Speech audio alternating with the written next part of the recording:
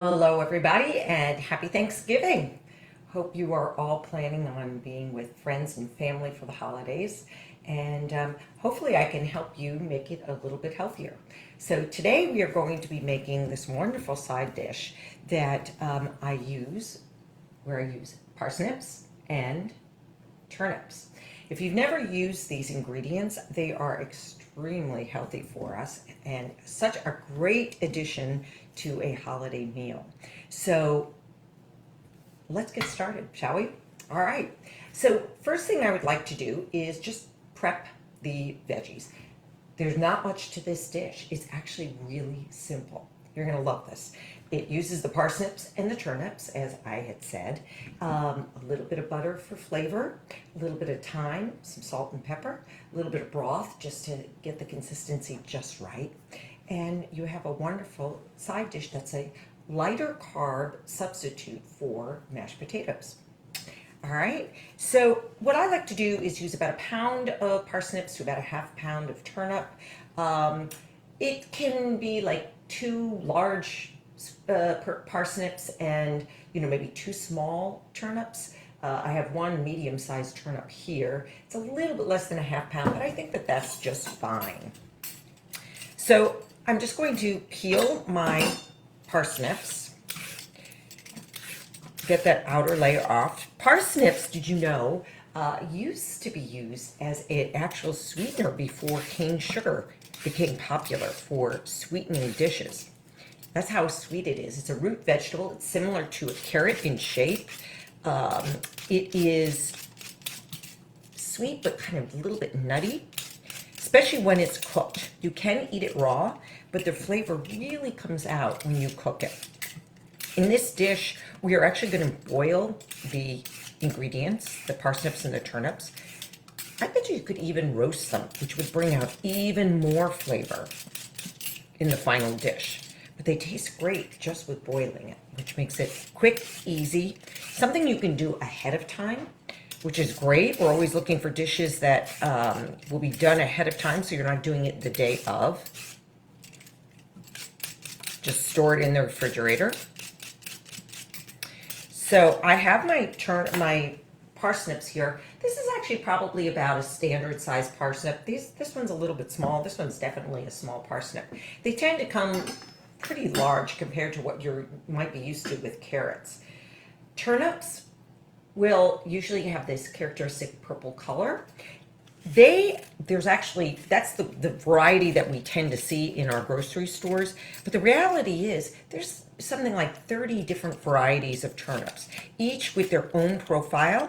Some are relatively sweet. Some don't have much flavor at all. They're milder in flavor. These tend to be the standard ones that we get in the grocery store. But if you have a CSA, you may have seen turnips with different color and different flavors, which is the fun part about having a CSA, right? All right, so I'm just peeling off. Sometimes the turnips might have a wax covering on them to keep them from drying out. These were actually in a bag. I'm actually seeing some dark spots on my turnip here. I'm going to take that off. Just going to peel it out. I don't know what caused it, but it will most likely just kind of alter the color of the dish and maybe a little bit of the flavor, which means I'll have a little bit less of a turnip here than originally I thought. All right, so now that I have my turnips and my and my parsnips peeled, I'm just going to take the ends off the parsnips. I will be saving these ends from both of these vegetables because I use them in making my vegetable or chicken broth. Adding them right in, I just put them in the freezer and freeze them until I have enough to cook up a broth, which I will probably be doing for tomorrow, given the holiday coming up. Okay, I'm also going to cut off the tops and the bottoms of the turnip. So, just a little information. Turnips have a high amount of vitamin C, but also calcium. So if you're looking for ways to get calcium into your diet, turnips is a good alternative. They're also high in magnesium and potassium. Potassium, and not only that, but so are the parsnips. Potassium is a mineral that helps our hearts function, it helps balance our blood pressure, and it actually lowers our chances for kidney stones. So, great reason to have potassium in our diet. It's also needed for muscles to function properly, along with magnesium, which is found in the turnip. All right, so our turnips are, and you'll notice what I'm trying to do is make these a uniform size. All right, so the reason being, I want them all to cook an equal amount so that they're the same consistency when they're done cooking. And for the same reason, I want my parsnips to be the same size, or maybe even a little bit smaller, because the parsnip is a little bit more firm than the turnip and might take a little bit longer to cook. So for that reason, I might even make my parsnip pieces a little bit smaller.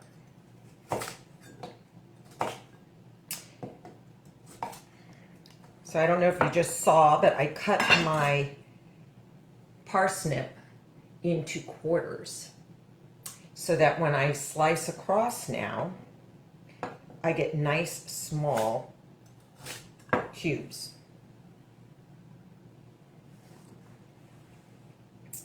And sometimes what I like to do is cut a root vegetable in sections. This one's a lot narrower in diameter than the other.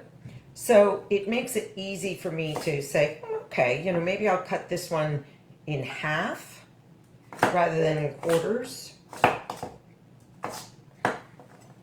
Whereas the larger diameter, I definitely will be cutting maybe even into sixths. And the way I do this is I will cut it down diagonally through the diameter, like so. And then I'll actually, if you can see here, cut down twice, making three almost like large French fry shapes. Then I'll turn it and cut down and make my dice. So I have a nice uniform dice there. I'm going to do the same with this other half. And now to my last one, which now we can see this is a smaller diameter altogether. I might just give that a cut. Cut this one in half.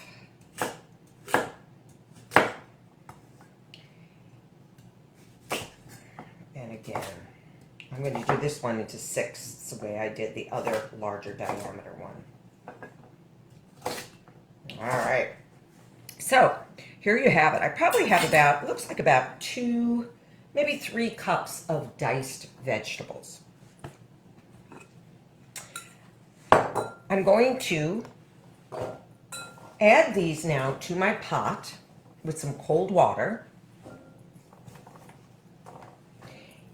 I'm going to turn the fire up underneath and cook it for about 15-20 minutes. It really depends on how large a dice you have, how long you need to leave it. 15-20 minutes, 20 minutes might be, if you have a lot, if you're doubling up the recipe, say. So I have my pot here. I just filled up the water into my bowl here just to make it easy. And basically just covering the vegetables with the water. Now I'm going to put this on, as I said, under a high heat. I'm going to leave it uncovered a little bit so I can see. When it starts to boil, that's when I'm going to start timing it, at 15-20 minutes. Now, let's get our processor out, because when these vegetables are done, they're going to be soft enough to puree. Almost didn't get that word out.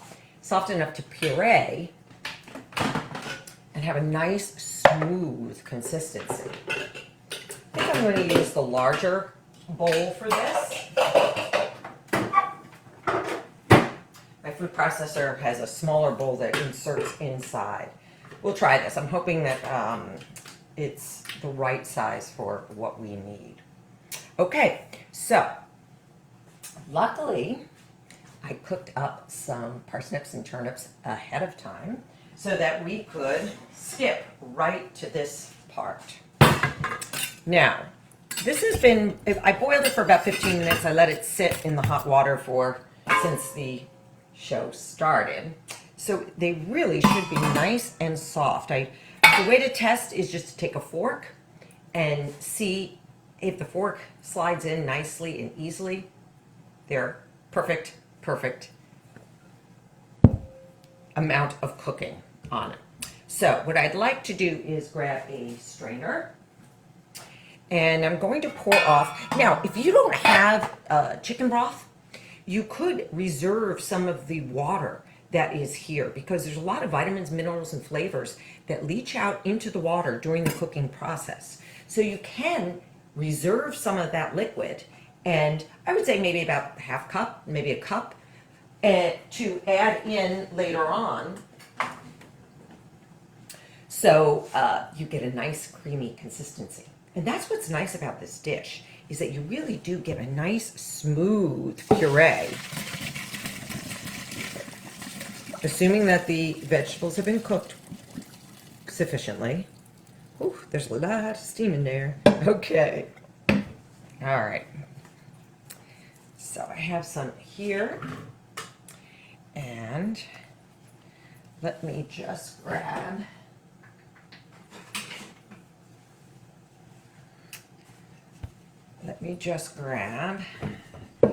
a spatula to pour out the remainder of my vegetables. It's just easier to pour it into my processor if I do this, rather than this large bowl. Just to let you know, it probably is going to take about 5 to 7 minutes for that pot to come to boil. I have it on a high heat. Once it's boiling, I'll loosely close the lid and let it boil on a medium heat. I'll turn down the heat to medium and let that boil for that 15-20 minutes. All right, so as you can see, this is still very hot and steaming, which is great because that helps with the blending of it. All right, so what I want to do is I'm going to wait on adding the chicken broth because I want to see what the consistency is before I add the chicken broth. But I want to add in about a tablespoon of butter. Now, I don't know about you guys, but I used to always store my butter in the refrigerator, which meant it was really, really hard. But over the years, I've learned that butter will keep for a long time just sitting out on the counter. And I go through the butter, on a weekly basis, maybe 2 weeks, but it stays perfect. And it's so much easier to use when you are cooking. So I added in I'm going to add in about a tablespoon of butter to my dish. I have this great little serving dish to store it in while it's sitting on my counter. I love that. I'm going to add in a little bit of salt, about a half teaspoon. Okay. And I want to add in a little bit of dried thyme. Oh, probably a quarter to a half teaspoon of dried thyme, just like so. The exact amount doesn't matter. I'm going to taste it and decide later on, does it need a little bit more? We'll see. And I'm going to add in a little bit of pepper, just to give it a little bit of zing. The salt helps enhance the flavors. The pepper helps give it a little bit of bite to it. All right, so I've added in my butter, my salt, So about a half teaspoon of salt, about a quarter teaspoon to a half teaspoon of thyme, a little bit of pepper. And we are just going to blend this up. Because it is still warm, the butter will melt into the dish. Let me show you the consistency we have so far. So it's still kind of like a chunky mashed potato right now. If you like that consistency, I would just say stop right here. You're good. I'm going to add in a little bit of my broth. And, you know, total, I'm thinking maybe about a half cup is what you'll need. But again, it will depend on the vegetables that we're using.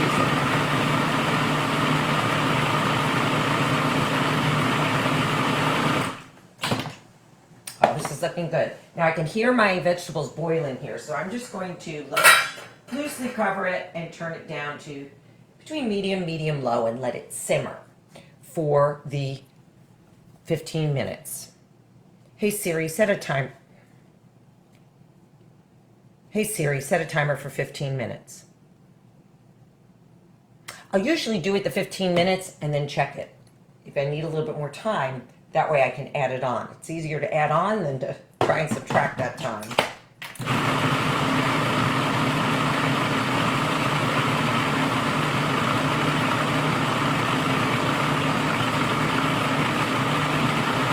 All right, wonderful. This is looking very good. So you can see the consistency right now. It still has a, well, no, actually it's a nice smooth consistency. So I think we're done. Let me just grab a serving bowl.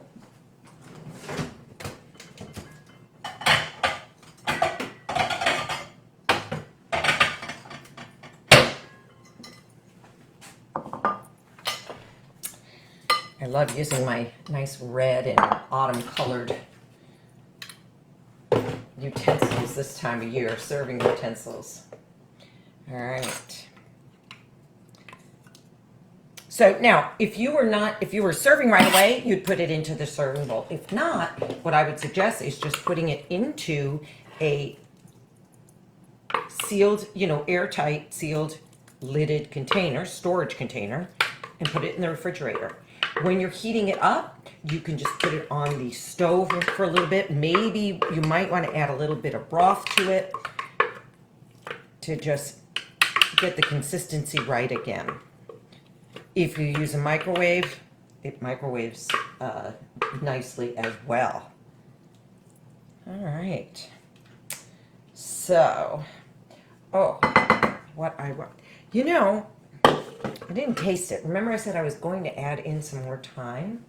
I'm thinking I should have added more thyme. So I'm gonna taste it and see.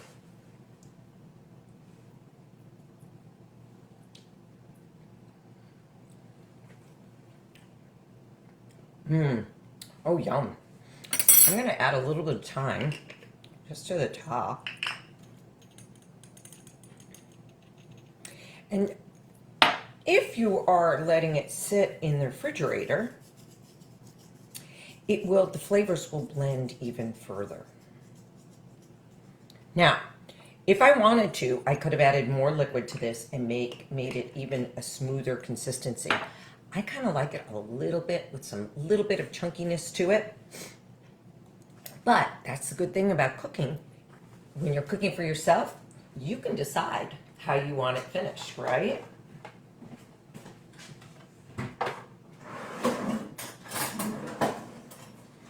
All right. And here we have our finished dish. So I would be happy to hear what you think about the dish. I'm so glad you guys stopped by. Hey, Jack, it's so great to see you. Please let me know, send comments.